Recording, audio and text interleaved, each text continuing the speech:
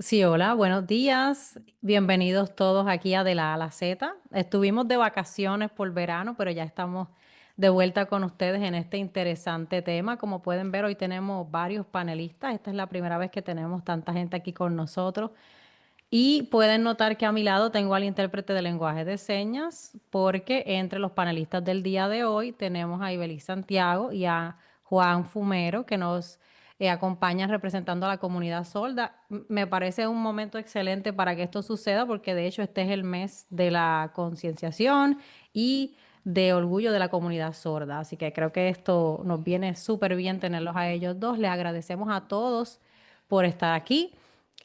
Como siempre, hoy no nos acompaña Greder, pero siempre tengo una persona que nos acompaña y en esta ocasión quien va a estar conmigo de coanfitriona es Laura Carrillo de nuevo desde México. Buenos días, Laura.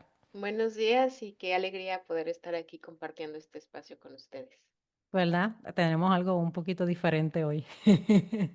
Entonces, Laura, pues mira, nosotros queríamos tocar un tema muy importante. Hemos tocado temas de crianza y por otro lado hemos tocado temas de diversidad funcional de personas con impedimento. Entonces, en uno de los grupos que tenemos surgió la duda y la interrogante de uno de los papás que nos acompaña en el grupo de cómo uno no hace tanto por los hijos con impedimento cuando de por sí siente que hay una desventaja y que necesitan hacer más para que esos hijos puedan funcionar de manera justa en comparación con los demás, ¿verdad? Entonces dijimos, vamos a aprovechar esa interrogante que es muy buena para traer el componente de la psicología adleriana y para traer panelistas de la comunidad de personas con impedimento para que ellos mismos nos digan qué fue lo que sucedió en ese desarrollo de ellos, qué hicieron sus papás, qué no hicieron, qué hizo la comunidad, qué no hizo la comunidad, qué los ha traído a ellos hasta aquí. Entonces, para eso primero queríamos hablar unos conceptos de la psicología adleriana. Así todos estamos de la misma página dentro de este enfoque maravilloso. Y de ahí podemos partir a conocer un poco más a los panelistas y hacer preguntas también. Entonces, tenemos varios conceptos que queremos tratar. El primero, voy a dejar para que Laura lo toque, son las tareas de la vida. Bueno, Alfred Adler hablaba sobre la parte en la que era importante estudiar al ser humano. Y esta parte de estudio corresponde a la tarea del amor, ¿sí? Como es el amor de pareja. También es importante trabajar, por lo tanto, el trabajo es un tema importante como tarea de la vida y la vida social. Bajo esos tres ejes fundamentales se estudia la interacción, la forma en la que se relaciona el individuo, y dentro de estas tres hay otras dos que los adlerianos han podido encontrar. Una es el autocuidado y la otra es la vida espiritual. Esas tareas forman parte de la vida misma y esas son las que trataremos también de identificar en la historia que ustedes nos van a compartir. Y como dice Laura, el counselor o el psicoterapeuta adleriano, una de las cosas que hace cuando va a evaluar a un paciente es precisamente ver eso, cómo están las tareas de la vida, cómo está esa persona ahora mismo en la esfera laboral, cómo le está yendo a nivel social, cómo le está yendo en sus relaciones íntimas de pareja, cómo está en el autocuidado, en la parte espiritual, qué podemos ver y de eso podemos obtener mucha información. Cuando una persona está pasando por un proceso de crisis, podemos ver que a lo mejor todas esas tareas están sufriendo, están dislocadas o está pasando algo a nivel un poco más serio en todas las tareas, como puede ser que solamente sean una o sean dos, pero eso nos arroja más información de cómo trabajar con ese cliente. Entonces, lo próximo es las necesidades básicas que busca llenar un individuo. En la psicología adleriana se identificaron cuatro necesidades principales que las personas siempre están buscando satisfacer. Y la primera es pertenecer, y es la más importante. Todo lo que nosotros hacemos, decimos y pensamos tiene el objetivo final de que pertenezcamos. Sea que lo que hagamos sea positivo o sea negativo, al final lo que queremos cuando lo hacemos es tratar de conseguir un lugar en el mundo, tratar de pertenecer. El segundo punto es la independencia. Todos queremos ser independientes, queremos tener las capacidades para ver por nosotros mismos. También queremos usar las capacidades para ayudar a los demás. Ese también es otro de los objetivos que buscamos a través de la independencia. La significancia es el saber que yo cuento, que soy importante, saber que las contribuciones que yo hago generan un cambio en el mundo. Y también es saber que mi opinión es importante. Y por último, el aliento es la certeza de que cuento con las capacidades y la valentía para enfrentar los retos que la vida me ponga de frente. ¿Algo que quieras comentar sobre estas cuatro necesidades, Laura? Bueno, que básicamente venimos de otro ser humano, por lo tanto el tema de la pertenencia es también de origen fisiológico. Necesitamos de la conexión con los demás para incluso nuestra supervivencia. Y eventualmente en el paso del tiempo lo que requerimos es tener esa forma de gestionar y resolver. Y a través de nuestro trabajo vamos creando esa importancia de saber que lo que yo hago es útil para las personas que están a mi alrededor. Y ese aliento, que finalmente es como lo decía Rudolf Dreikurs, es como el agua para las plantas, para nosotros. El aliento es ese motor que nos lleva hacia un objetivo. Y esos ingredientes, digamos, son los que también queremos descubrir en su historia, cómo se dieron esos ingredientes para fortalecerlos, para formarlos. Exacto, sí. El aliento yo creo que es uno de los componentes más importantes de la terapia y el que a veces se nos hace más difícil desarrollar porque no es motivar y no es, ay, se me fue la palabra, tampoco es halagar, es otra cosa, es un acompañamiento diferente y es poder guiar ese cliente a que pueda ver que tiene las capacidades y que las puede usar y que tiene esa valentía, ese arrojo para enfrentarse a lo que venga en la vida. Entonces, Laura, el próximo concepto para que lo elabores es el afán de superación o la superioridad. Sí. Bueno, Alfred Adler parte de la idea de que los seres humanos tenemos la necesidad de crecer y cuando los componentes, digamos, se van a una parte extrema es donde se empieza a presentar la disfuncionalidad. Entonces, el afán de poder es como el querer superarse, pero en un grado extremo y en el que deja de considerar también a las personas que están alrededor. Hay que tener en cuenta que la psicología adleriana considera salud mental la importancia del interés social, o sea, que el interés social forma parte de una buena, de un buen desarrollo, de mejora o de crecimiento personal.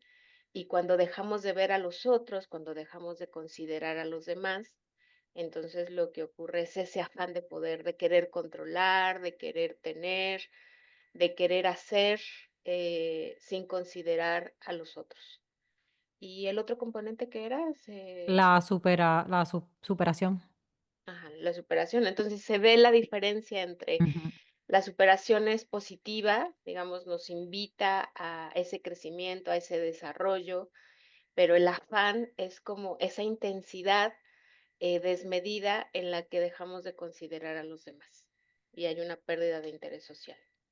Exacto. Y en la superación, otro componente bien importante, que a veces uno escucha la palabra superación y piensa en superioridad y piensa en superar a los demás.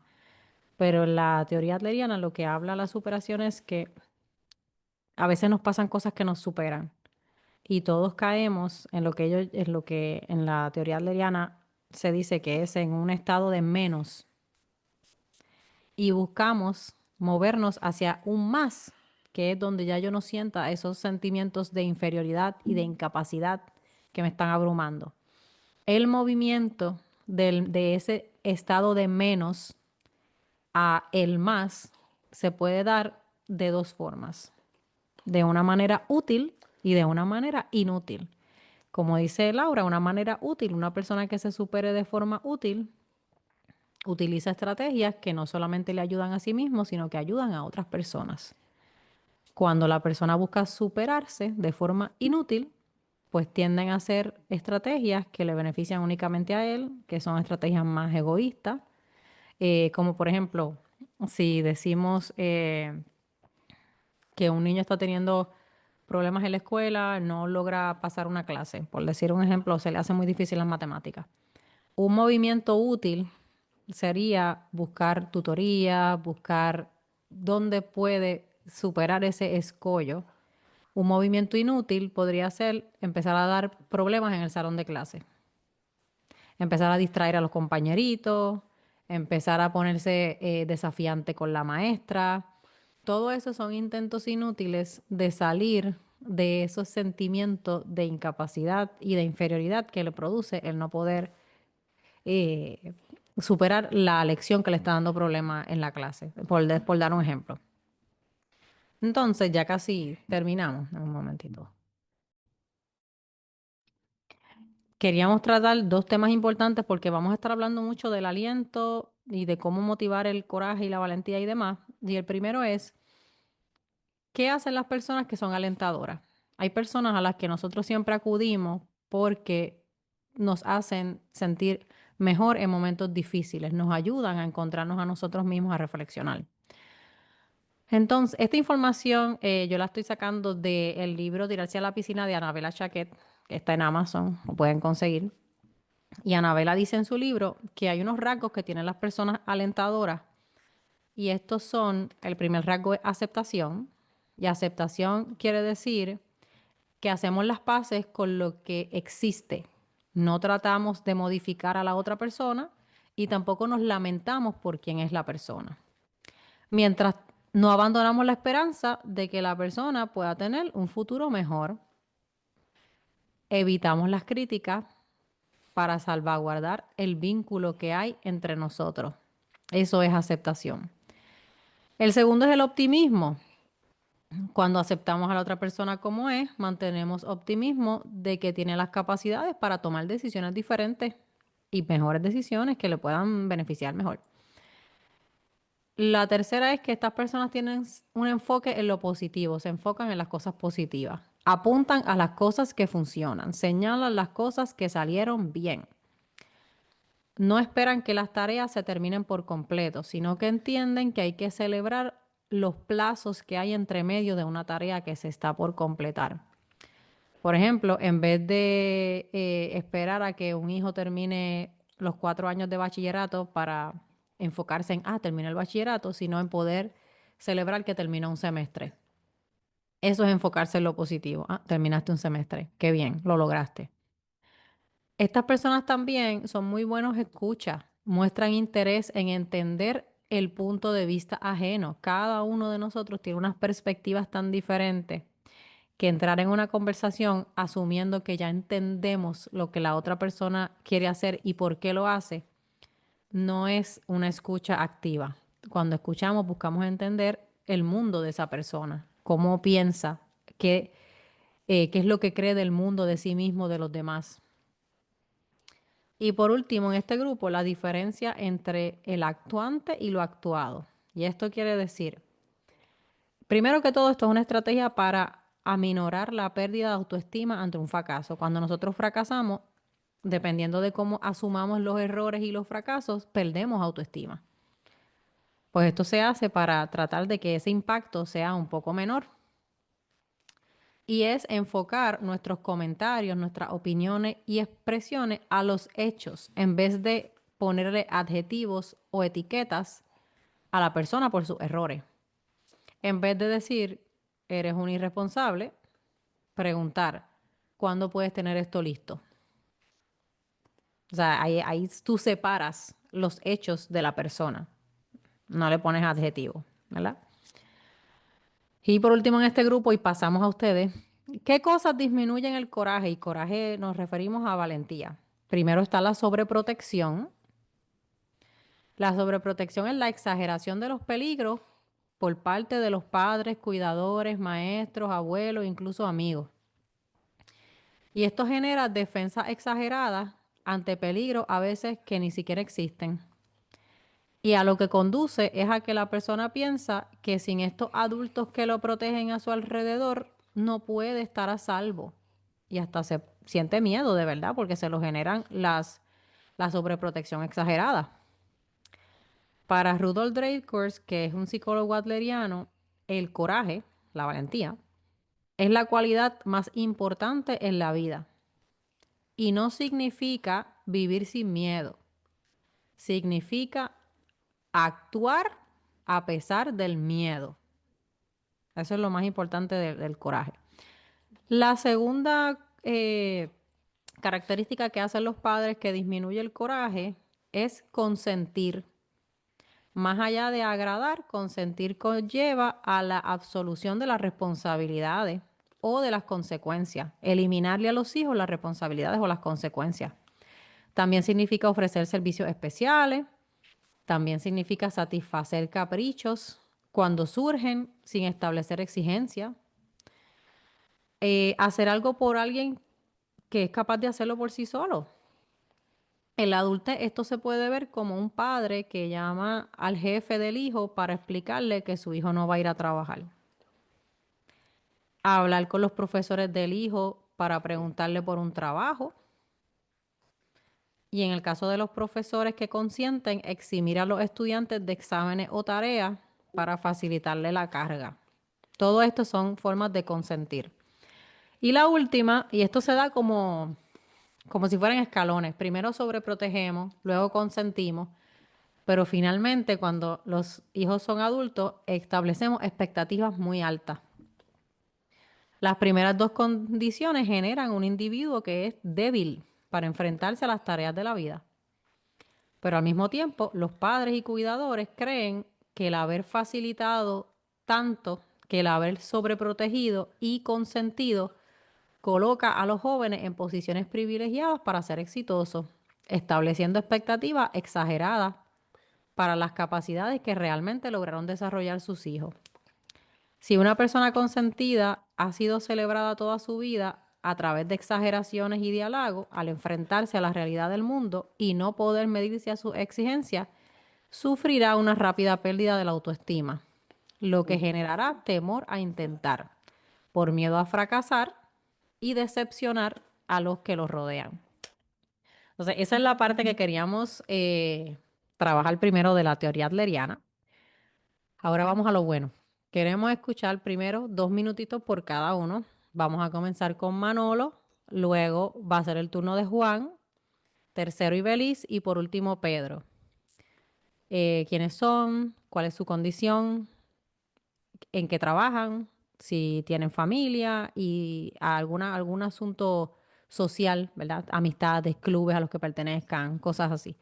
2 minutos. Voy a apagar mi micrófono y comenzamos con Manolo. Manolo, primero que todo, buenos días. Bueno, muy buenos días. Sigo por la invitación.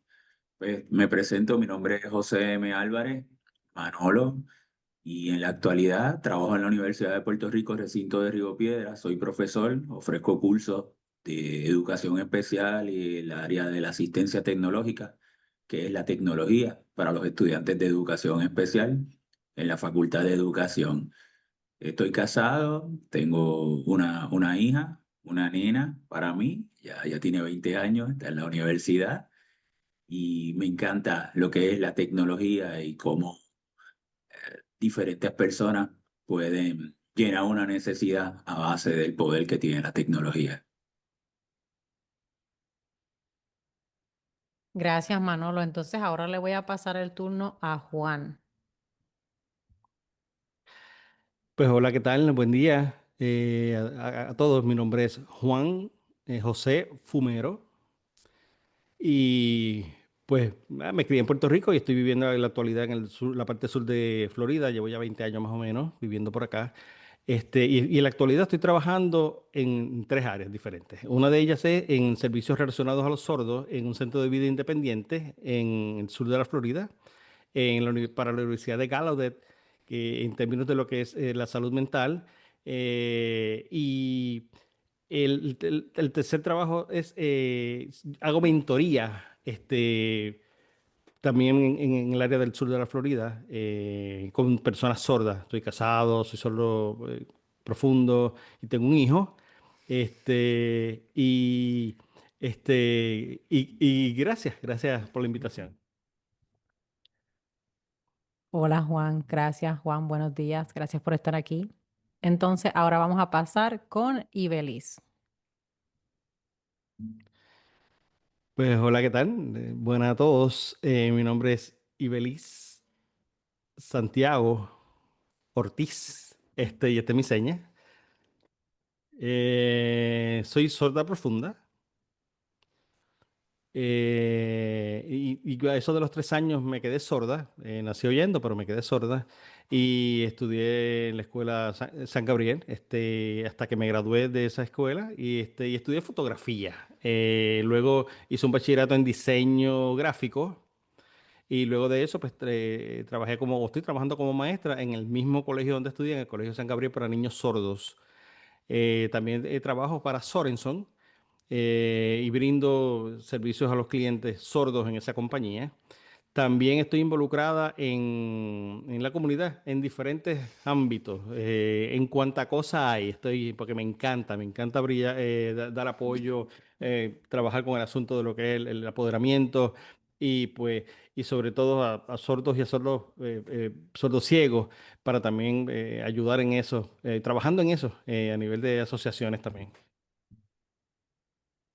Gracias Ibeliz, gracias por estar aquí. Ahora le vamos a dar el turno a Pedro.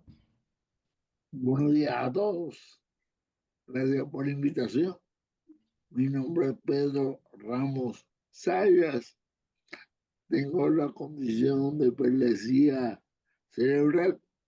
Esta condición afecta la parte motora y la parte sensorial. Fue de nacimiento, por tanto se afecta la parte de poder escribir, etcétera. Estoy actualmente casado, tengo nietos ya, tengo 2 hijos, precisamente una de ellas está en la Florida, eh, y pues me dedico a brindar consultoría en el área de políticas públicas y legislación relacionada a la población con impedimentos. Actualmente pues estoy retirado de los sistemas públicos y privados, pero sigo prestando servicios de consultoría para todas las entidades y personas que así necesiten el servicio. Gracias, Pedro. Entonces, Laura, voy a darte espacio a que comiences con las preguntas. Bueno, primero que nada, de verdad qué felicidad me da sentirme rodeada de personas tan extraordinarias y maravillosas que están haciendo tanto por la comunidad. Y lo que me surge son esa curiosidad de imaginármelos a cada uno de ustedes como esos pequeñitos, esos niños que estaban en la escuela, que tenían sus retos, eh, los retos de la amistad, cómo me puedo imaginar también los retos del amor en la adolescencia y esos adultos que estuvieron cerca de ustedes y la forma en la que los acompañaron para ser ahora las personas que son.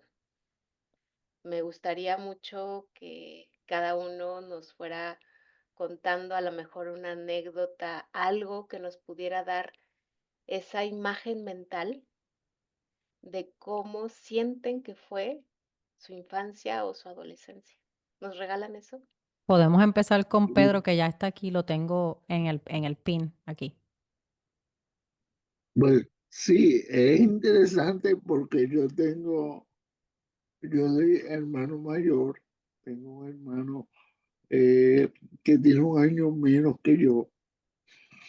Eh, Así que mi niñez, gracias a la visión de mi padre, fue una bastante inclusiva. donde yo participaba, o mis padres me daban el espacio, ¿no? Y me permitían participar de manera casi igualitaria con mi hermano en las diferentes actividades cotidianas, tanto del hogar como de la escuela. Y en aquel entonces, no por ser el más viejito del grupo, pues apenas había educación especial. Así que eso creaba unos ambientes más inclusivos que ahora, aunque ustedes no lo crean, porque al no haber educación especial, los maestros tenían que crear y los padres tenían que crear maneras innovadoras de cómo integrar, por lo menos en mi caso, a esta persona con impedimentos, ¿verdad? Que podía, que su único impedimento era no poder escribir, ¿verdad? Yo podía leer, podía interpretar, podía reaccionar, podía participar. Así que eso complicaba los escenarios, ¿verdad? Pedagógicos y familiares. Así que la creatividad de cómo integrarme, de cómo incluirme, era un reto para cada uno de ellos. Sin embargo, de manera orgánica, había una creación de espacio donde yo podía ir a todos los cumpleaños,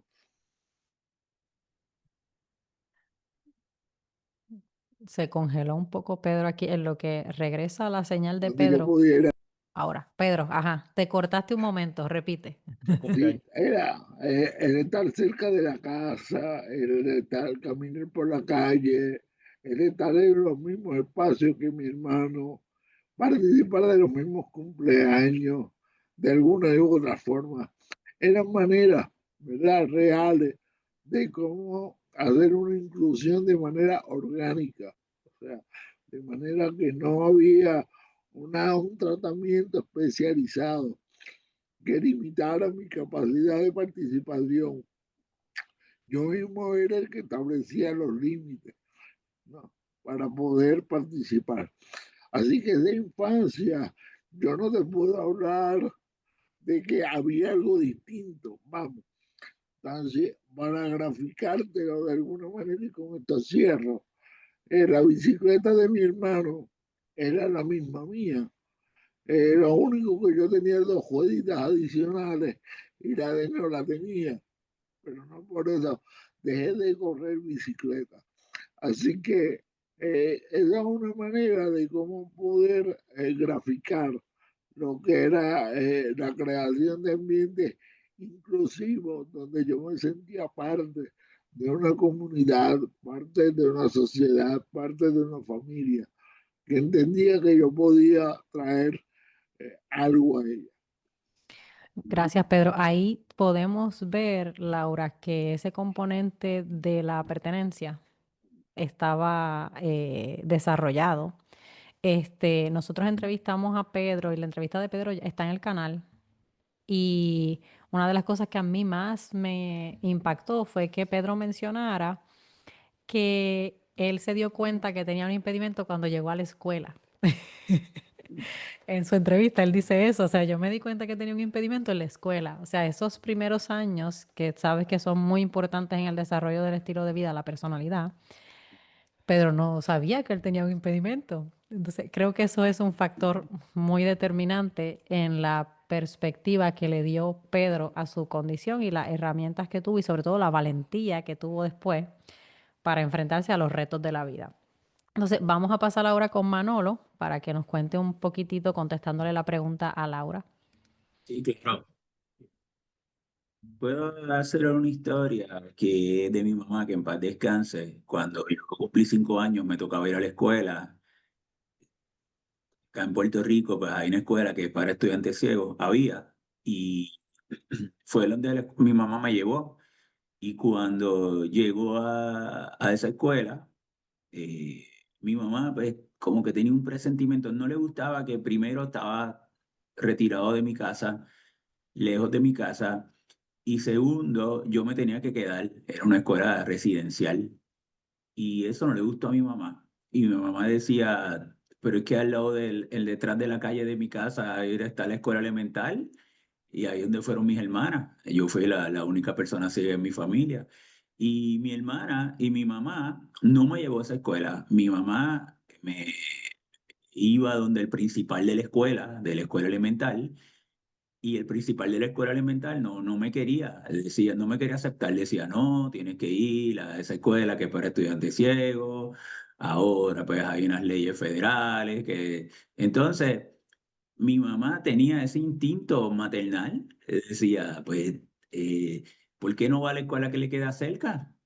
Mi mamá sí, yo tengo el recuerdo de ir todos los días a la oficina y mi mamá se sentaba ahí a esperar que llegara el principal. Era una cuestión de resistencia hasta que mi mamá logró averiguar. Para aquella época se llamaba el Departamento de Instrucción Pública en Puerto Rico, lo que hoy es el Departamento de Educación, de que habían un programa que había comenzado y habían unas maestras itinerantes que podían ir a una escuela que se estaba promoviendo, lo que legalmente en aquella época pues era la integración, estamos hablando de los 70 y como mediados 70, y logré estar en esa escuela.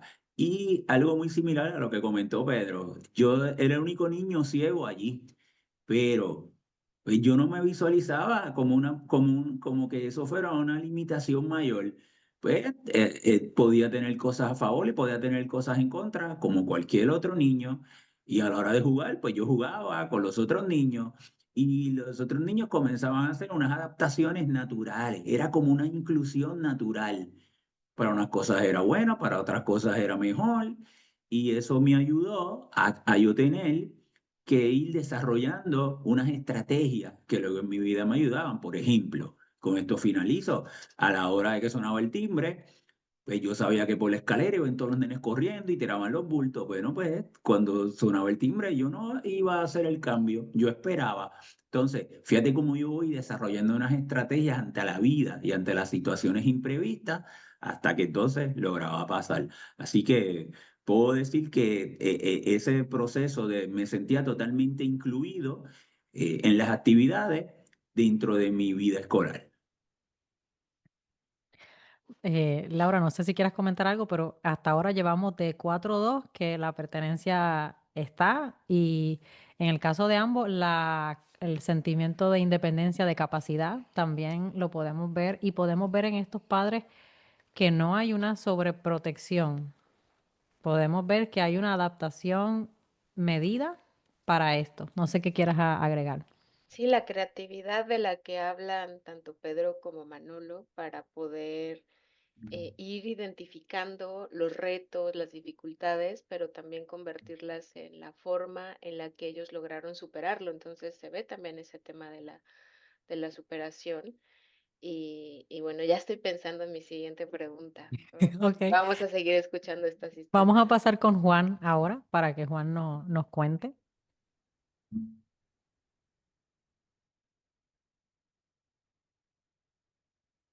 Familiares, relatos que hace mi familia con relación a esto. Yo pues, nací sordo, pero eh, veía que era igual que el resto de la familia. Ellos hablaban y yo pues también seguía lo que es el concepto del oralismo. En aquel momento pues no utilizaba mucho el lenguaje de señas como tal, era muy poco lo que usaba. Por ejemplo, sí usaba algunos signos, algunos gestos que hace todo el mundo. Y entonces, pues, la escuela pues quedaba bastante lejos, quedaba como una hora y pues no había autopista en aquel momento, era la carretera número 2 y había que levantarse tempranísimo en la mañana, a las 3 de la mañana, para poder entonces llegar a tiempo, llegar a las 7 de la mañana. Y entonces, pues, uno llegaba a la escuela y pues yo me sentía como el resto de los estudiantes, pero había algo que me molestaba, y era el asunto de la distancia. Yo le decía, mami, mira, ven acá, pero no hay otra escuela. Bueno, y sí había Guadalupe. Guadalupe, frente a ese colegio había otra escuela, un colegio que se llamaba Guadalupe, pero yo decía, ven acá, pero ¿y por qué? ¿Por qué este asunto de estar transportándome por guagua pública o por transporte público? Pues porque no tenía carro. Y yo dije, yo empecé a pensar en el asunto de la identificación, ¿verdad? pues porque yo quería estar en Arecibo, quería estar con mis primos, quería estar con mi familia como cualquier otro estudiante y no entendía y no veía el asunto del impedimento ninguno como parte del relato de lo que me estaba sucediendo. Hasta que en un momento, ya como en tercer grado, mi papá decidieron entonces pues ponerme en una escuela privada en Arecibo de educación regular y pues era inteligente y pasaba las cosas, pero tenía algo. El asunto de la diferencia entre la escuela del Colegio San Gabriel a este nuevo formato, pues se me hacía difícil, pues porque lo mío era oralismo, no sabía lenguaje de señas y todavía había un asunto de identidad. Había algo que yo tenía dentro de mí y yo decía, contra, espérate, no entiendo nada de lo que está pasando y tenía como un tipo de angustia, un tipo de ira interna, porque yo decía, pero ¿qué fue lo que me pasó a mí? Me habré enfermado. Y yo quería seguir sabiendo, le preguntaba a mis papás, mira, ¿qué fue lo que me pasó? Explíquenme más ¿qué fue lo que qué es lo que me sucede? ¿Qué es lo que me sucedió?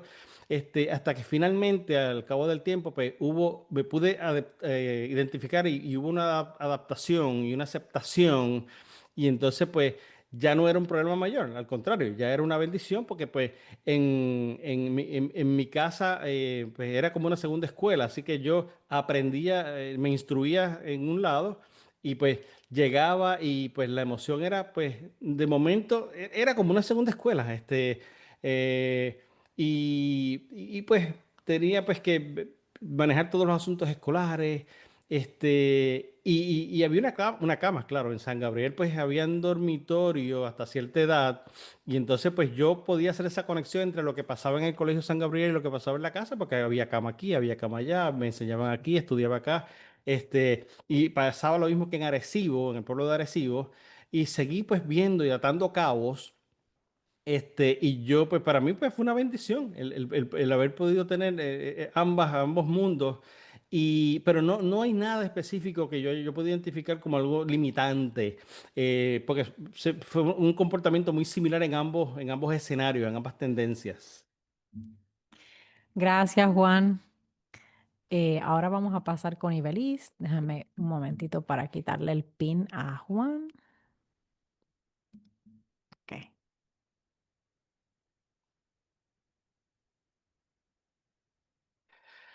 Pues, hola. No había mencionado algo, pero pues soy casada, tenía que mencionar esto, y también mi esposo es sordo, así que necesito mencionar esto como un preámbulo antes de empezar mi relato. Eh, Nací oyente, como les mencioné, y porque en mi familia no había nadie sordo, así que pues todos eran oyentes, así que hasta a los 3 años pues me quedé sorda y nadie sabía cómo manejar el asunto, todo el mundo pues estaba muy dudoso de qué iba a pasar. Y a eso de los 4 pues me pusieron en la escuela, en una escuela integrada, habían diferentes tipos de impedimentos de diversidad funcional, retraso mental y diferentes tipos de impedimentos en ese lugar. Y al cabo de un año, mi maestra y la trabajadora social y la consejera se reunieron con mis padres y dijeron, mire, este no es el lugar que debe ser más adecuado para su hija. Ella se nota que es muy despierta, que es muy inteligente y no queremos que pierda ese tipo de desarrollo intelectual. Y entonces, pues en ese momento, pues yo iba a evaluaciones, por ejemplo, en el hospital del centro médico, en un hospital donde había los servicios de audiología, así que iba constantemente allá, que era como más o menos como una hora y pico desde mi casa hasta San Juan, porque yo vivo en el pueblo de Barranquitas, así que pues tenía que ir a esas citas que me tomaban como hora y media en llegar. Y recomendaron entonces la escuela o el Colegio San Gabriel para niños sordos. Y mis papás, pues, no me habían dicho nada. Hicieron la cita y llegaron al lugar. Querían ver primero cómo era el lugar. Y entonces de ahí en adelante, pues sí, hicieron la cita para tener una reunión inicial y hacer esa discusión con mis padres porque era un asunto también de la distancia, así que pues estaban considerando el asunto de los dormitorios también. Y como a los 5 años, pues comencé a quedarme a dormir en el colegio de domingo a viernes. Y fue duro, porque yo era la cuarta hija, así que habían otros mayores que yo y estaban en la escuela cercano a la casa y yo era la única que tenía que estar tan lejos estudiando y no tenía ningún familiar, así que pues mi papá no estaban necesariamente pues, de acuerdo con eso, pues, y los familiares también decían, mira, pero tu nena por allá abajo y el resto de la familia por acá, y todo era por el asunto del desarrollo educativo, así que esa era lo que se estaba pensando. Era doloroso, por supuesto que sí, muy doloroso por el asunto de la separación física de domingo hasta el viernes. Pues imagínate, para mí era una separación física, pero y no entendía el por qué así que pues no la pasé muy bien. Porque y deseando pues poder estar de vuelta, pero y las monjas en ese momento, que en un colegio donde hay monjas, pues tratando de ayudarme, de darme consejos y diciéndome, mira, ya mismito es el viernes, así que vas a regresar a tu casa, vas a compartir con tus familiares, vas a jugar, y entonces pues ya se acababa el fin de semana y ya el domingo tenía que estar de vuelta. Así que eran prácticamente un día nada más estando con mi familia y era pues, angustioso ese proceso. Y pues no tenía socialización completa, ¿verdad? Porque sí, con algunos de los primos y qué sé yo, y algunos pues me fastidiaban y me molestaban, así que pues yo prefería quedarme en mi casa y cuando estaba que no estaba en el colegio, pues no socializar tanto. Pero sin embargo, en el colegio sí podía compartir y socializar así con los míos, con los que eran igual que yo. Y pues era muy pocas las señas en aquel momento que enseñaban, porque era una filosofía oralista y luego pues entonces había un asunto de identidad, así que yo me pude identificar pues poquito a poco, no tan drástico, fue una identificación poquito a poco, fue muy, muy paulatina y me iba dando cuenta de que había algo ahí, como eso de los 17 18 años, me podía identificar mucho más, pues porque se podían integrar en la comunidad o la comunidad se integraba con el colegio y habían eventos, habían actuación, teatro, diferentes tipos de cosas y podía visitar y ver a otros. Y ahí pues yo podía ver cómo otros sordos pudieron lograr cosas y podían y veía los relatos de cómo lo hicieron y yo decía, pero ¿y qué pasa conmigo? ¿Cuál es el asunto de la identidad, el oralismo, el asunto de la seña? Y yo tenía una mezcolanza, una complicación muy grande dentro de mí. Así que cuando se iba acercando ya el periodo de la graduación, pues era un grupo pequeño, éramos como 9 nada más que nos íbamos a graduar y cada uno pues decía, pues ¿qué tú vas a hacer cuando sea grande? Y aquel decía, pues voy para la universidad y el otro decía, pues voy a hacer esto y voy a hacer lo otro. Y hubo un apoyo mutuo con ellos. Y lo que nosotros pensábamos y lo que pensaban nuestros padres de lo que íbamos a hacer en el futuro eran dos cosas diferentes. Pero yo lo hice muy simple, así que me acuerdo como hoy que decía, pero mira, no vayas a la universidad, me decían los papás, haz algo de floristería, una cosa como esa menos complicada y que sea más bonita. Y yo decía, no, yo voy a hacer una meta, yo voy a hacer algo de fotografía y de diseño gráfico, una cosa como esa y seguíamos en esa pelea y yo seguía con la resistencia de que yo tenía una meta y mi papá pues me dijo, y se lo hice saber a mis papás, pero antes de irme al dormitorio en ese momento era una edad más o menos en particular que había, después de cierta edad pues ya no siguieron con el concepto de los dormitorios, así que había que viajar hasta Barranquitas todos los días y de vuelta a San Juan y levantarme a las 4 de la mañana y tenía que estar lista ya a las 5 para arrancar, para llegar entonces a la escuela y estar a las 7 y luego de la escuela pues entonces de vuelta otra vez de 4 más o menos hasta las 5 y no había autopista, así que había que irse por la carretera vieja y había mucho tapón, mucho congestión de tránsito y entonces pues uno prácticamente pues pasaba todo el día en la escuela. Pues con los papás, pues más o menos, pues de lo que hablaba eran de cosas que pasaban en la escuela, y, y entonces pues era prácticamente lo mismo, ¿verdad? Uno hacía ciertas cosas en la escuela y otras cosas de las pocas en la tarde en la casa de uno, y estaba pues en ese viaje diario. Y pues sabiendo que al otro día tenía que otra vez seguir viajando y de aquí para allá, y esto era una cosa muy constante, cuando finalmente pues me gradué, pues hubo esta conversación, ¿verdad? Porque la universidad pues estaba en Carolina y yo no tenía carro en ese momento, pero me podían llevar y entonces pues podía regresar a la casa y era la misma historia de dejarme en Carolina y recogerme para regresar.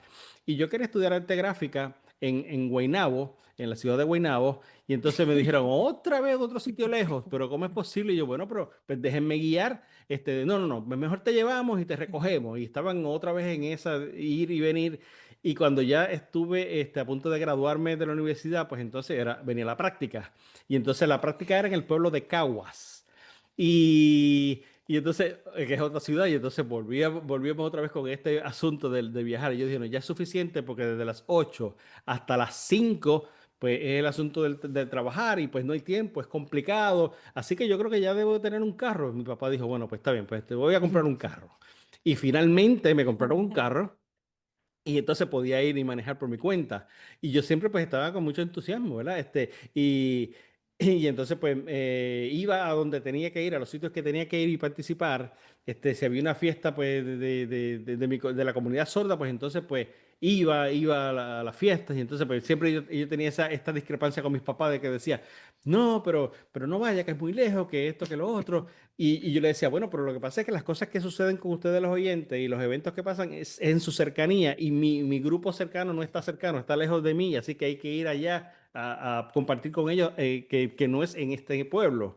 Y pues, por suerte, pues mis papás pues, fueron bastante flexibles en ese asunto, me apoyaron y finalmente pudieron ver el concepto, la idea de lo que yo le quería transmitir.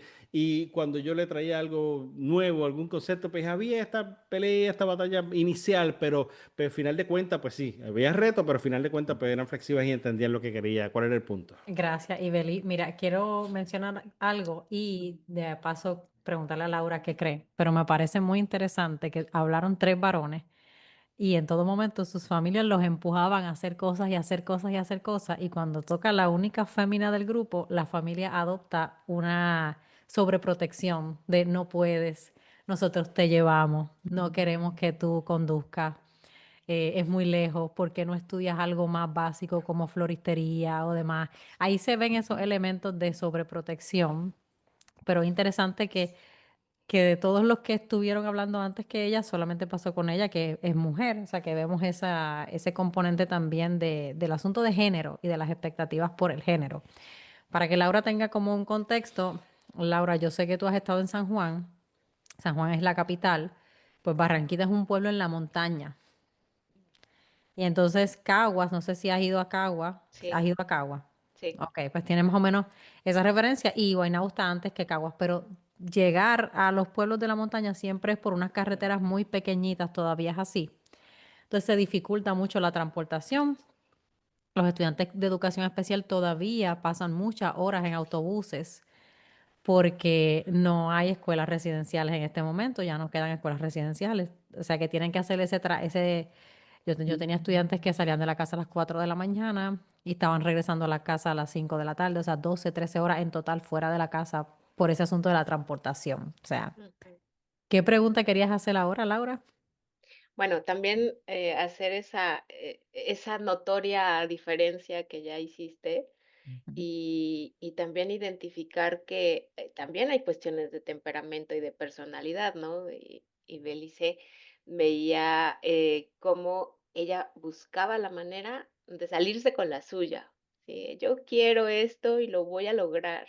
¿Sí? Había esa consistencia y esa perseverancia a tal grado que logró saber cómo comunicarse con sus padres para que sus padres pudieran entender su vida, su visión, su problemática y pudieran ellos también aprender a flexibilizarse. Así que ese proceso de superación sucede en ambas direcciones. Eh, Pensando también en la forma en la que nos compartieron los varones aquí, había también esa consistencia, la creatividad es ese ingrediente que nos va mostrando cómo no todo lo sabemos, no sabemos ni siquiera qué vamos, pero esa creatividad surge con la intención de seguir avanzando. Y eso hicieron sus padres y eso hicieron ustedes. Utilizaron esa gran creatividad para seguir avanzando en su propio proyecto de vida. Así que bueno, la pregunta que me venía a la mente es, cuando las personas actúan a nuestro alrededor o nos dan un cierto trato personal, las personas vamos sacando ciertas conclusiones. A eso hablaba Rudolf Dreikurs, que decía, los niños todo el tiempo están tomando decisiones. A mí me gusta cambiarle la palabra niños y ponerla de adultos o la de personas, porque en realidad las personas todo el tiempo estamos tomando decisiones acerca de quién soy yo, de quiénes son los otros y de cómo es el mundo que habito. Me gustaría poder escuchar cuáles fueron esas conclusiones personales que ustedes sacaron. ¿Quién soy yo? ¿Quiénes son los otros o los demás? ¿Y cómo es el mundo que habito? Vamos a dar un ejemplo, Laura, para que tengan eso un poquito más claro. No sé si tiene algún ejemplo que puedas dar. Sí, por ejemplo, hablando de lo que compartía Pedro, Pedro dejó ver una parte de esa conclusión. Él dijo que la coparticipación era igualitaria, o sea, había la misma exigencia para Pedro como para el hermano mayor, ¿sí? Entonces, una forma de sacar una conclusión es, yo soy capaz, yo puedo hacer las cosas. Los demás son personas que confían en mí, en lo que yo puedo lograr. El mundo es un mundo, pues, retador, pero también tengo personas que me quieren, que me cuidan y me acompañan. Una forma de interpretarlo utilizando únicamente esas 2 palabras que Pedro dijo, que era una coparticipación igualitaria, porque esa fue una conclusión personal. Ahora me gustaría ver si hay algo más que Pedro haya identificado, si Belis también pudo identificar algo, Juan, Manolo, ¿qué identificaron de su historia en la que pudieron sacar esa conclusión? Podemos empezar con Pedro y así mismo, como menciona, a mí me gusta utilizar ese esquema. Yo soy, los demás y el mundo es, porque son como llena blancos que hacemos y de ahí sacamos una conclusión, como dice Laura. Sí, en el caso de yo soy, eh, tenemos que verlo en el contexto social en que vivimos, ¿verdad? Yo soy está codefinido con la experiencia familiar primaria. Si mi familia cree en mí, yo creo en mí. Si mi familia no cree en mí, se crean esas lagunas, ¿verdad? Así que un poco eh, la familia determina en muchas instancias la capacidad de crecimiento del ser humano, ¿ok? Así que yo, en mi lucha por demostrar quién soy, cómo soy, por qué soy y lo que quiero lograr, está en esa oportunidad que mamá, papá, hermano, por hablar del ecosistema primario, pues me dan. ¿Ves? Así que yo era claro, el que tenía el impedimento, pero no obstante se abrían esa avenida de oportunidad para ver hasta dónde Pedro quería y podía llegar, ¿verdad? No quiere decir que Pedro era un Superman ni cosa que se parezca, pero sí, siempre había el espacio para descubrir, para descubrir qué cosas yo podía hacer y qué cosas yo quería hacer. Siempre me acuerdo cuando me preguntaban, por ejemplo, eh, ¿qué te gustaría hacer cuando fueras grande? ¿Verdad? Esa famosa pregunta que le hacen a uno cuando es pequeño. Que la gente dice, no, yo quiero ser astronauta, yo quiero ser médico, yo quiero hacer tal cosa. Pero en el proceso vas descubriendo que tienes que tener unas destrezas para tú lograr eso que tú dijiste que querías ser. Así que ustedes se imaginan a Pedro, que tiene unos movimientos involuntarios, siendo médico y operando en una sala de operación. Así que Pedro tiene que ir mirando esas capacidades que tiene. Claro, mamá nunca me dio no puede ser médico, ¿verdad? Pero sí me exponía a unas experiencias que yo podía descubrir mis capacidades. Yo no sé cuántos se acuerdan del famoso muñequito de Operation. Operation era un muñeco que tenía unas piezas adentro, ¿verdad? Y que tú tenías que sacarlas sin tocar los bordes del cuerpecito, ¿verdad? Porque si tocaba los bordes de, de, del cuerpecito, eso como que explotaba, ¿verdad? Como que sonaba. Se podrá imaginar a Pedro jugando con el Operation. Así que Pedro un poco va descubriendo la capacidad de que ser médico, como que estaba un poco difícil. O sea, era un proceso natural de cómo Pedro descubrir que no podía hacer unas cosas.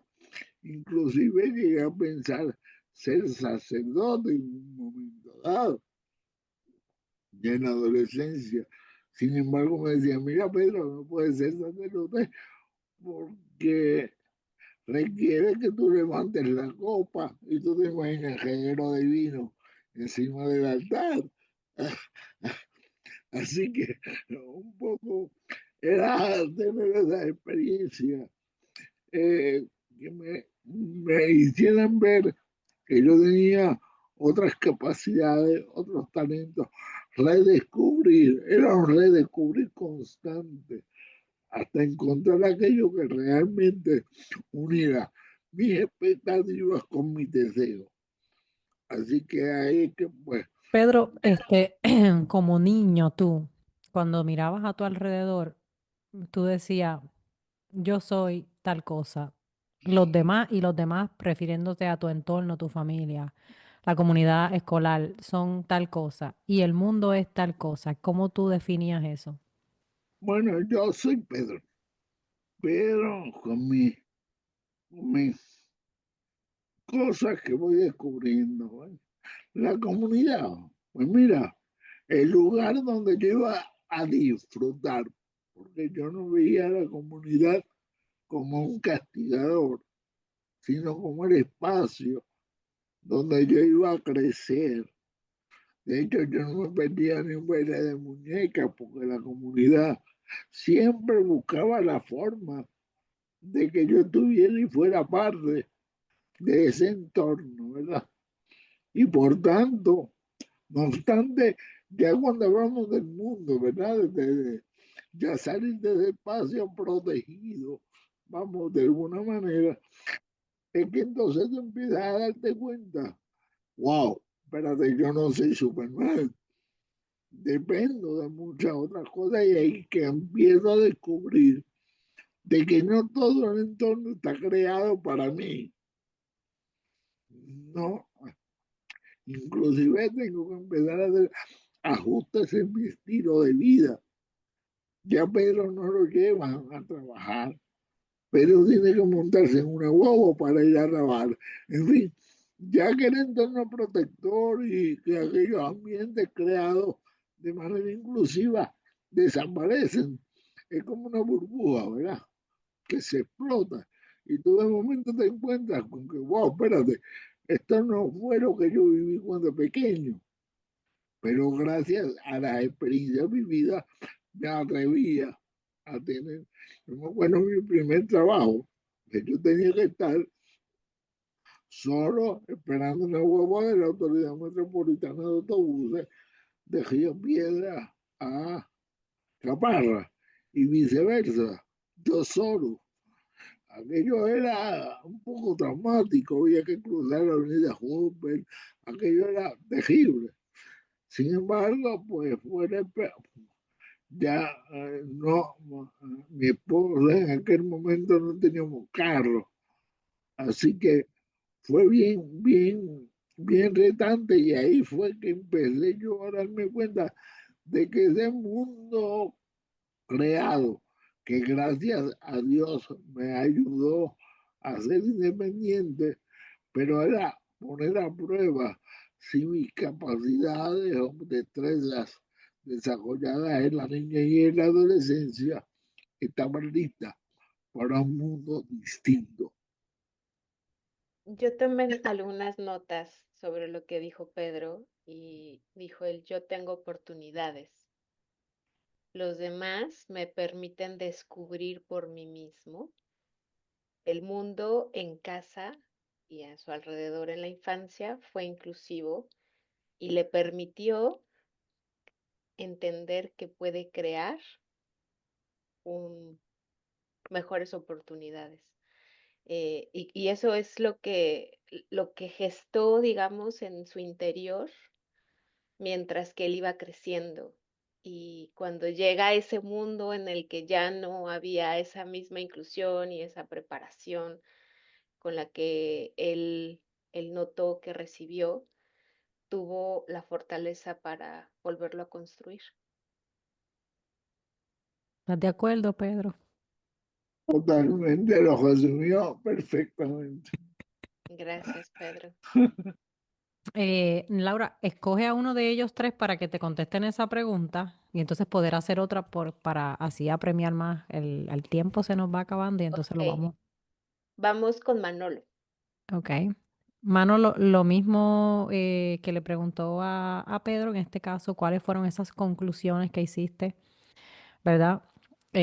Sobre ti, sobre los demás y sobre el mundo. A ver, yo siempre pensaba que yo era inteligente, no inteligente de sacar A ni sacar 100, sino que podía aprender, pero tenía que aprender de acuerdo a mi fortaleza. Doy un ejemplo, desde pequeño en la clase de matemáticas, los maestros, yo siempre notaba que tenían bajas expectativas conmigo. El maestro le podía preguntar algo difícil a un estudiante y a mí me preguntaba algo bien fácil, qué sé yo, si estamos hablando de las tablas de multiplicar, a mí me preguntaban la tabla del 0 y la del 1. Entonces, yo me daba cuenta de eso y yo decía, no, yo soy inteligente, yo puedo aprender y ahí puedo aprender cómo hacer fórmulas matemáticas en braille, puedo utilizar el ábaco, lo aprendía escuchando y tocando. Y me daba cuenta de eso y me convertí en una persona que siempre me gustaba competir. Eh, y si íbamos a la hora de recreo y jugábamos baloncesto, yo quería jugar. Pues posiblemente no lo hacía tan bien como los otros, pero jugaba, competía, era mi anhelo. Pero en la clase de matemática, cuando yo aprendía todas las destrezas básicas y las aprendí con Braille, podía sobresalir y podía ser mejor que el que a lo mejor era mejor, el mejor que yo en baloncesto, pero yo era lo mejor en álgebra después cuando llegué a escuela intermedia. Cuando llegué a escuela superior, me acuerdo que mi consejera, cuando iba a tomar el College Board para ir a la universidad, me dijo, oye Manolo, tú eres un estudiante ciego, tú debes y tienes que estudiar algo teórico en la universidad, humanidades, ciencias sociales. Y yo no tenía la menor idea de lo que quería estudiar, jovencito de 17 años, y me acuerdo, pero por mi mente yo dije, oye, pero vuelven las bajas expectativas, ¿por qué me quiere decir lo que yo tengo que hacer? Y en ese momento yo dije, déjame decirle lo que más visual se me ocurre a mí, para llevarle la contraria. Y lo que escuchaba por la radio era programación de computadora. Y yo le dije a ella, no, no, ya yo sé lo que yo quiero estudiar. Y ella, ah, ¿qué tú quieres estudiar? Y yo, programación de computadora. Yo no tenía la menor idea qué era eso. Y hacia eso fui a la universidad y lo logré estudiar y me encanta la programación y tuve que coger todos los cálculos, todos los precálculos, todas las matemáticas y me di cuenta que la educación era la llave del progreso para mí como persona ser. Luego seguí en una maestría y luego cuando mi hija comenzó a estudiar dije, voy a hacer el doctorado y lo terminé. Así que yo, ¿quién soy? Una persona inteligente que me gusta aprender y aprendo de acuerdo a mi fortaleza. ¿Qué es mi entorno? Pues es mi realidad, mi familia, donde voy, al centro comercial, donde voy a comer, mi diario vivir son los demás que yo puedo, mis amistades, mis familiares, mi trabajo, ese es mi diario vivir. ¿Y qué es el mundo? Lo que siempre aspiro. Finalizo diciendo, por ejemplo, cuando yo era pequeño, yo soy fanático del béisbol y yo aspiraba a ir a ver un juego de Grandes Ligas. Y me monté en el avión y llegué al parque y me disfruté esa experiencia. Así que yo sí el mundo veo que es lo que quiero conquistar y ese es mi norte, hacia allá voy. Antes de darle el espacio a Laura para que comente, quiero agregar, de nuevo, podemos ver eh, las cosas que disminuyen el coraje, la sobreprotección. Una de las que mencionamos fue el que los cuidadores o los maestros le pidan menos a las personas, incluyendo en este caso las personas con impedimentos, es parte de consentir. Y sin darnos cuenta, es una manera de desalentar, de bajarle el coraje a las personas. En el caso de Manolo, y aquí viene la fuerza creativa, Manolo no utilizó eso para que su autoestima bajara, sino que Manolo decidió utilizar eso para decir, no, yo sí puedo, y como él menciona, llevarle la contraria al maestro en este momento, en este caso. Entonces, sí, como dice Pedro, hay unos elementos de la familia y del entorno que contribuyen, pero siempre hay un elemento personal muy adentro de cada persona, muy íntimo, donde la persona puede, pese al entorno y a lo que el entorno establece, elegir algo diferente. Por eso la psicología adleriana es muy positiva, porque siempre cree que el paciente o el cliente puede escoger algo diferente, a pesar de que el entorno le imponga otra cosa. Laura. Bueno, y otras características, bueno, una característica en particular que pude notar en cada uno de ustedes es ese buen sentido del humor, que es también un componente fundamental que reconoce la psicología adleriana como parte de la salud mental. El hecho de que puedan hablar de sus historias como también graciosas y se ve el entusiasmo también cuando lo comparten. Yo veía a Juan compartir su historia y aunque yo no sé el lenguaje de señas, yo veía sus expresiones que me hacían entender totalmente la situación y que vaya, la parte jocosa, la parte de risa que genera el que uno pueda tomarse las cosas con felicidad también. Y BLC también cuando iba contando su historia, ¿no? Y ella misma se iba riendo de sus circunstancias, de su situación, de los retos, y que iba contando también la forma en cómo los iba superando, ¿no? Entonces, yo veo aquí que em, hoy en día está muy de moda el stand-up y que lo vemos, que es aprender a reírse y contar la historia para que la gente conecte a través también de la alegría, ¿no? Y aquí hay muchas historias que tienen que ver con esta parte de la superación y con esta parte de creer en ustedes mismos. Y que sí fue importante este primer comienzo que tuvieron en casa porque eso es lo que permaneció también a lo largo también de la historia. O sea, hubo alguien, hubo alguien que les dijo, tú puedes. Hubo alguien que les dijo, confío en que puedes hacerlo y que les permitió hacerlo. Y esa sensación que se desarrolló a lo mejor en un momento, en algo que podríamos considerar un instante de su vida, fue tan impactante que lo supieron sostener a lo largo de su vida. Quiero mencionar una cosa y antes de mencionarlo, le voy a dejar la última pregunta a Ibeliz y a Juan. Y esta pregunta es, si ustedes se dirigen a los padres que están criando hoy jóvenes con diversidad funcional, piensen en tres cosas, no tenemos mucho tiempo, tres cosas Ibeliz, tres cosas Juan, que ustedes le dirían a esos padres que hagan o que no hagan por sus hijos, ¿verdad? Y antes de que nos contesten eso, quería mencionar la importancia de la carrera. Si vemos, ellos escogieron carreras, Ibeliz escogió diseño, Juan, no me acuerdo que Juan, con Juan que tú estudiaste, disculpa. Tú tienes Yo, dos, ajá. Remédica y maestro de pedagogía. Ok, entonces si vemos de alguna manera todas las carreras que escogieron ellos, excepto la de Manolo, pero voy a hablar de eso ahora, regresan a devolver a la comunidad.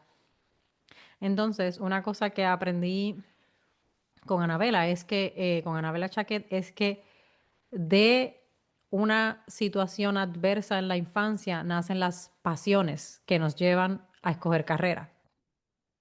Y de alguna manera, ustedes han convertido esa adversidad de la infancia en su modo de devolverle a la comunidad y de ganarse la vida. En el caso de Pedro, que conozco muy bien su historia porque lo entrevistamos antes, Pedro, su herramienta es su voz, y Pedro aprendió a utilizarla, como él menciona, en asesorías y demás, para poder buscar de qué manera hace el mundo un mundo mejor y un mundo más equitativo para las personas con diversidad funcional. Y Belis y Juan, que mencionan el asunto de la identidad como algo muy importante que se demoró en desarrollar, mueven su esfuerzo a trabajar de nuevo directamente con la comunidad sorda, de alguna manera buscando que jóvenes sordos pasen por ese proceso de forma más llevadera. Y Manolo, que estudió en computadora, utilizó la tecnología para trabajar en esta oficina Manolo, es una oficina, ¿verdad? Que tú trabajaste un tiempo asistencia tecnológica y ahora tú das clases directamente de asistencia tecnológica, ¿verdad? Sí, eso es Sí. correcto. Lo que hice fue que mis conocimientos en tecnología los he dedicado a desarrollar tecnología para los estudiantes ciegos. Exacto. Entonces, cómo yo, con mi pasión por la tecnología, ayudo a a la comunidad ciega, para que pueda de alguna manera seguir entrando a ese mundo de los que podemos ver en esas áreas que a lo mejor uno piensa se está perdiendo algo, pues Manolo identifica estrategias con la tecnología donde la persona no se pierda nada, donde pueda pertenecer, donde pueda estar al día con todas las cosas que están pasando. Entonces, antes de irnos, quiero de nuevo la pregunta a Juan y a Ibeliz, preguntándoles si ustedes pudieran dirigirse a los padres de jóvenes sordos y de jóvenes con diferentes diversidad funcional. ¿Qué le dirían a esos padres? 3 cositas cada uno que podrían hacer o no hacer, ¿verdad? Para de alguna manera ofrecer ese acompañamiento a sus hijos.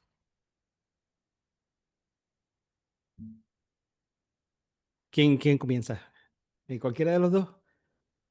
No, dale tú, dale tú, dale tú. Pues está bien.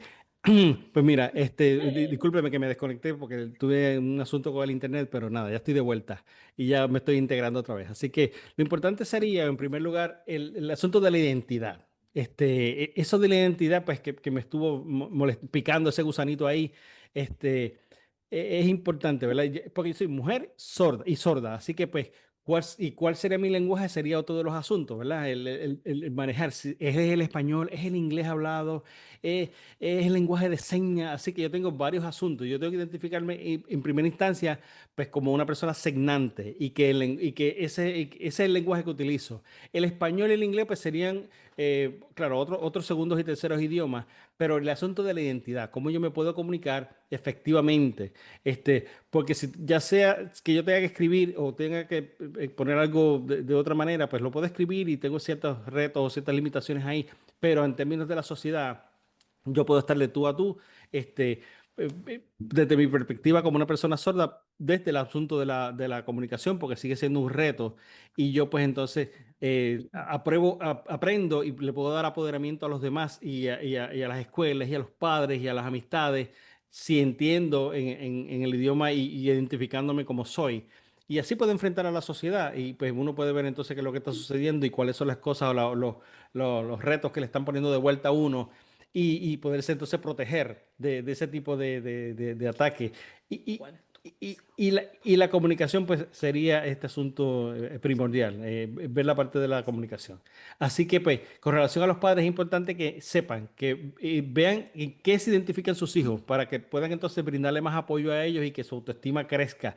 Y que no piense que el oralismo es la única cosa, ¿verdad? Y que hay que llevarlo a un psicólogo porque tiene que hablar a como de lugar, y que tiene que y que tiene que, sino proveerle diferentes opciones para que entonces no solamente una cosa, sino varias opciones, porque no puede pretender entonces que con una sola opción él pueda encajar con el resto del mundo. Tiene que desarrollarse y puede también a nivel social y comunicológico saber entonces qué herramientas tiene para poder entonces desarrollarse si necesita un intérprete en el futuro para poder hacer sus gestiones.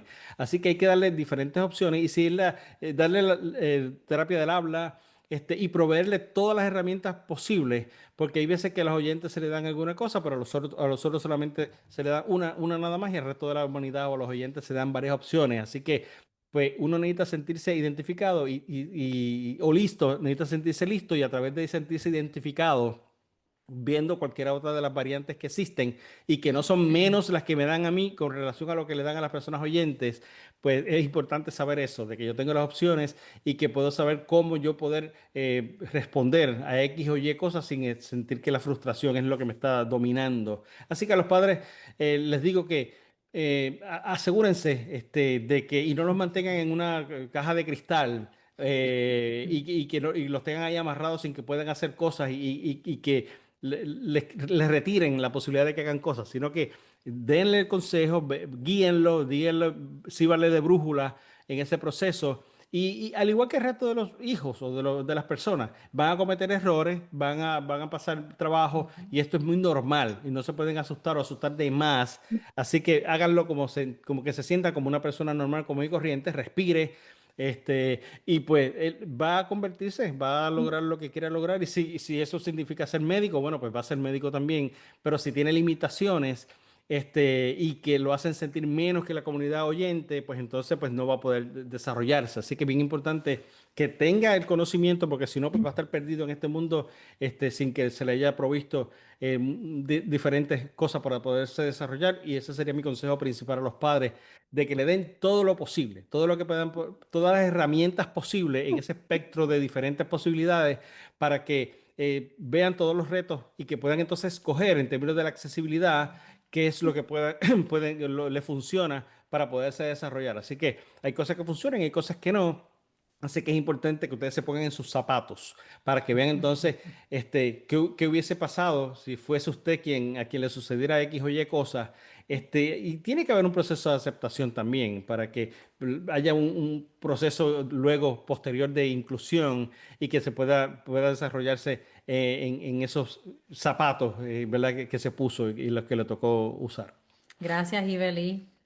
Y ahí Ibeliz menciona cosas que dijimos, la importancia de reducir esa sobreprotección y ese consentir. Y como dice, darle todas las exposiciones que se pueden. Si quieren bailar, que bailen. Si quieren jugar, que jueguen. Si quieren competir, que compitan. Entonces tú, Juan, ¿cuáles serían esas tres cosas que tú le dirías a los padres de que tienen niños con impedimentos para que puedan enfrentarse un poquito mejor este mundo de criar? Pues sí, estoy 100% de acuerdo con lo que acaba de decir mi compañera y estuve tomando nota, de hecho. Pues porque hay una palabra importante, autoestima. Autoestima es una de esas palabras que para mí es importantísima para el logro, para que los padres sean exitosos. Y es un reto, obviamente, es un reto.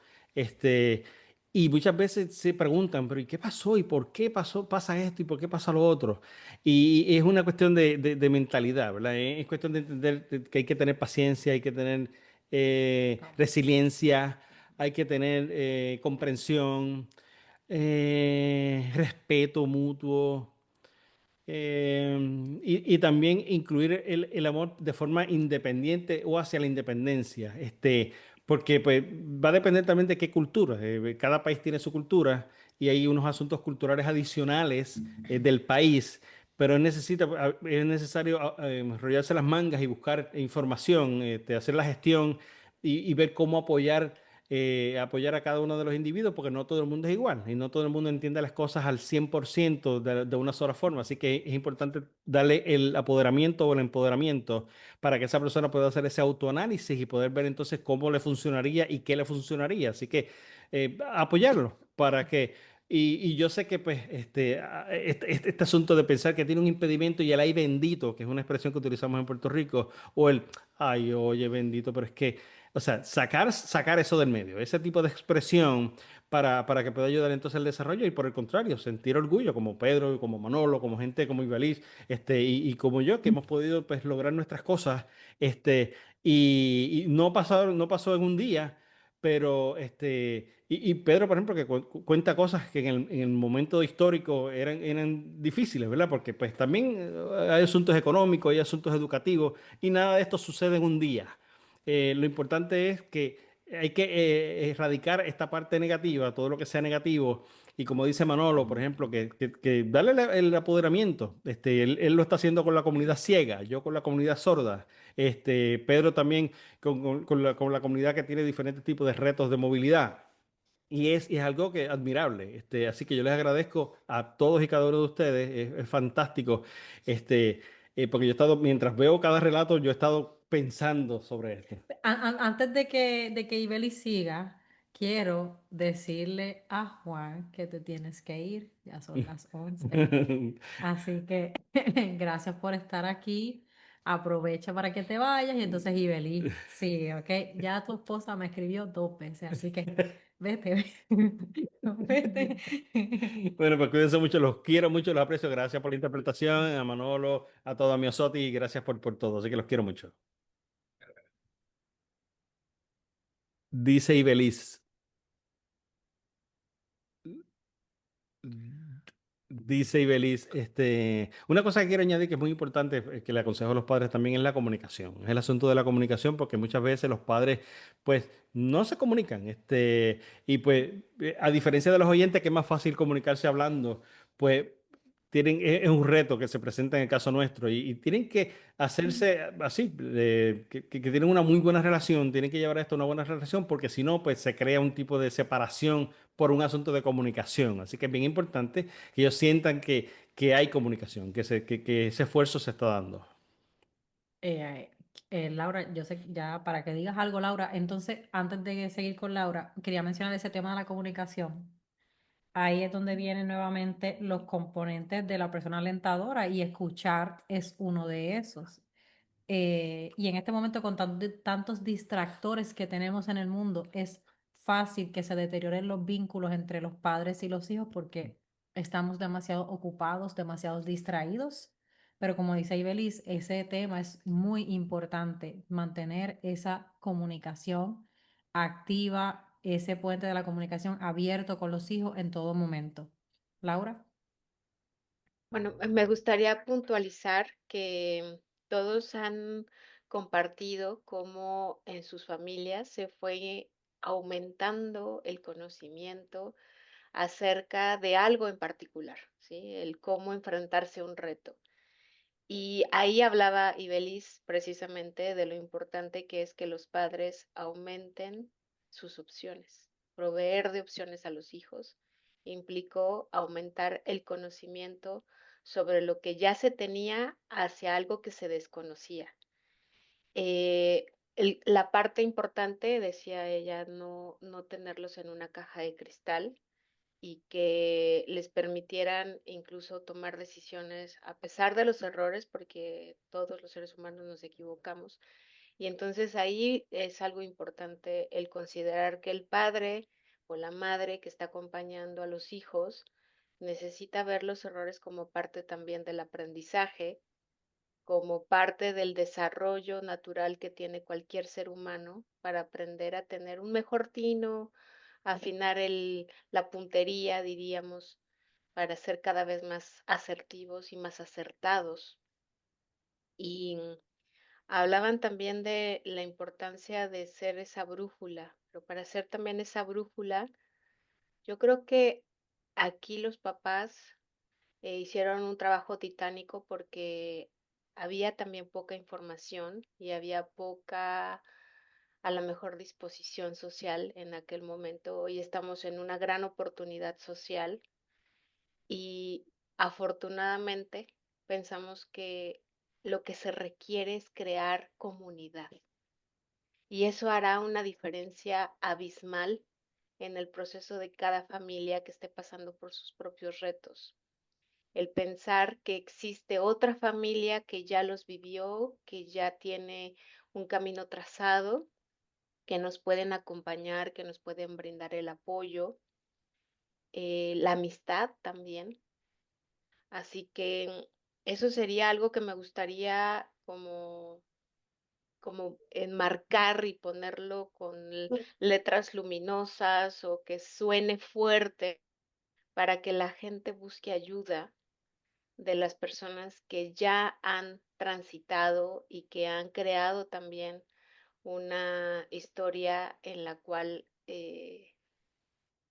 un resultado, ¿sí?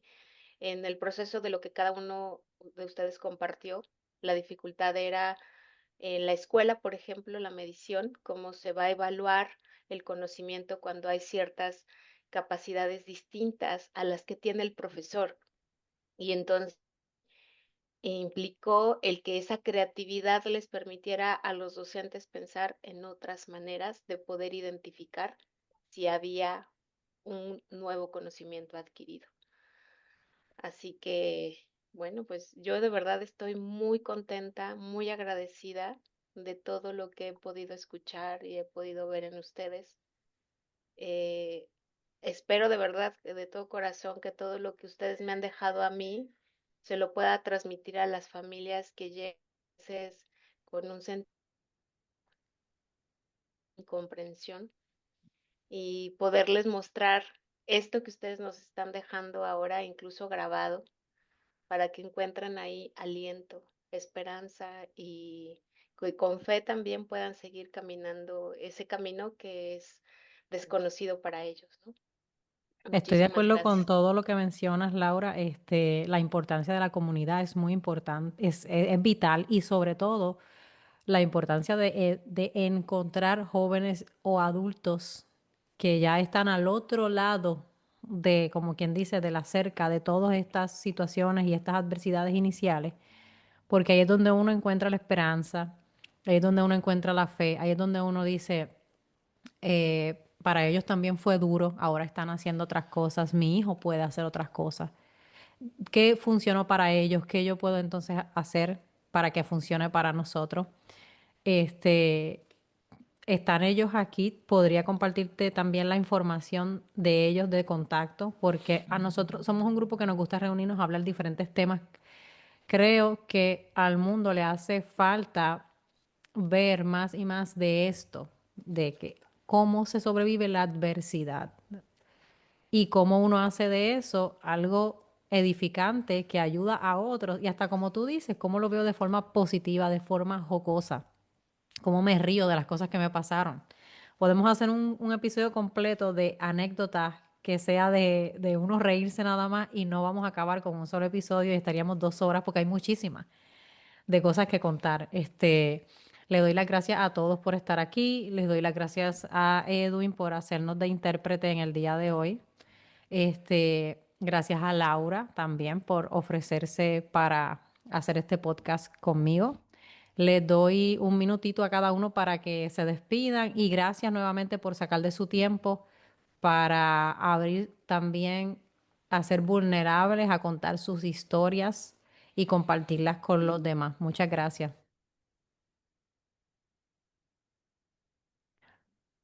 No sé si Manolo quiera comenzar y luego Pedro y finalmente Ibeliz. Muchas gracias por la invitación y por la oportunidad. Y para mí resultó de gran aprendizaje y me la he disfrutado grandemente. Así que un saludo a todos.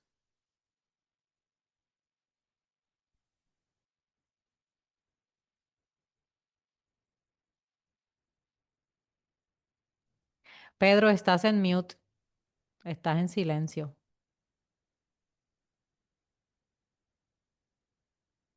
Ya, En mi caso, ¿me escuchan? ¿Me Sí, escuchan? Sí.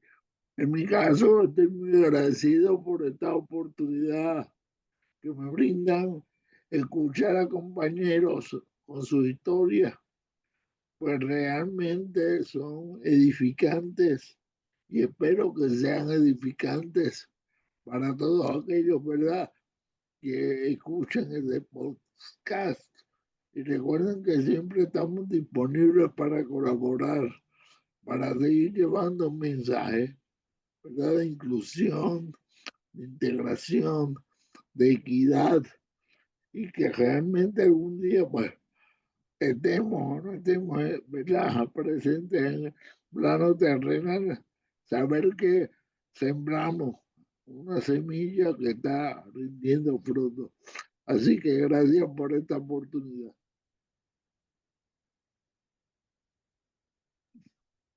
Ahora con Ibelis.